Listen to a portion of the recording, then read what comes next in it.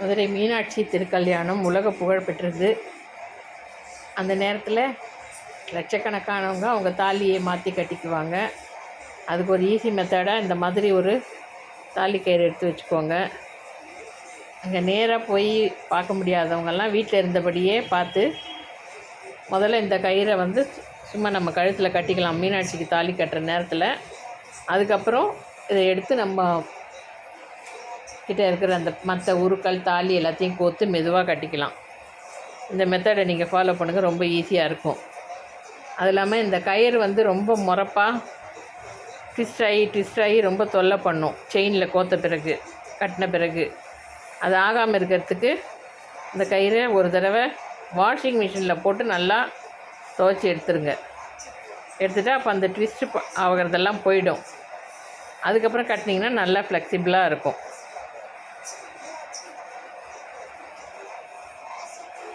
Washing மிஷினில் போட்டு எடுத்துக்கோங்க. இதனோட கரை வேறு எதுலேயும் ரொம்பலாம் படியாது. அதுக்கப்புறம் நம்ம மஞ்சள் தடவி உபயோகிச்சுக்கலாம்.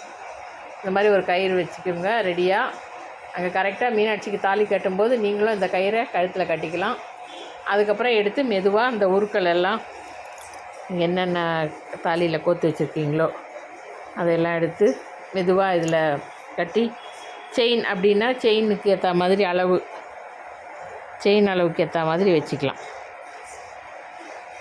இது மாதிரி செஞ்சு பாருங்கள். இது நான் பல வருஷமாக கடைபிடிக்கிற ஒரு மெத்தடு. ரொம்ப நல்லாயிருக்கும். அதை நல்ல எஃபெக்ட், அதாவது ஆரோக்கியமாக நல்லா இருப்பாங்க குடும்பத் தலைவர்கள் அந்த மாதிரி. அதனால் நீங்கள் அதை செஞ்சு பாருங்கள். ரொம்ப ஈஸியான மெத்தடு. அங்கே போய் நம்ம பார்க்கணுன்னா அது ரொம்ப டிக்கெட் கிடைக்கிறதே ரொம்ப கஷ்டம். அதில் நிறைய கூட்டம் வேறு. இப்போல்லாம் 3 மணி அல்லது 2:30 மணிக்கே போய் உள்ளே உட்காந்துடணும். 9 மணிக்கு தான் தாலி கட்டுவாங்க.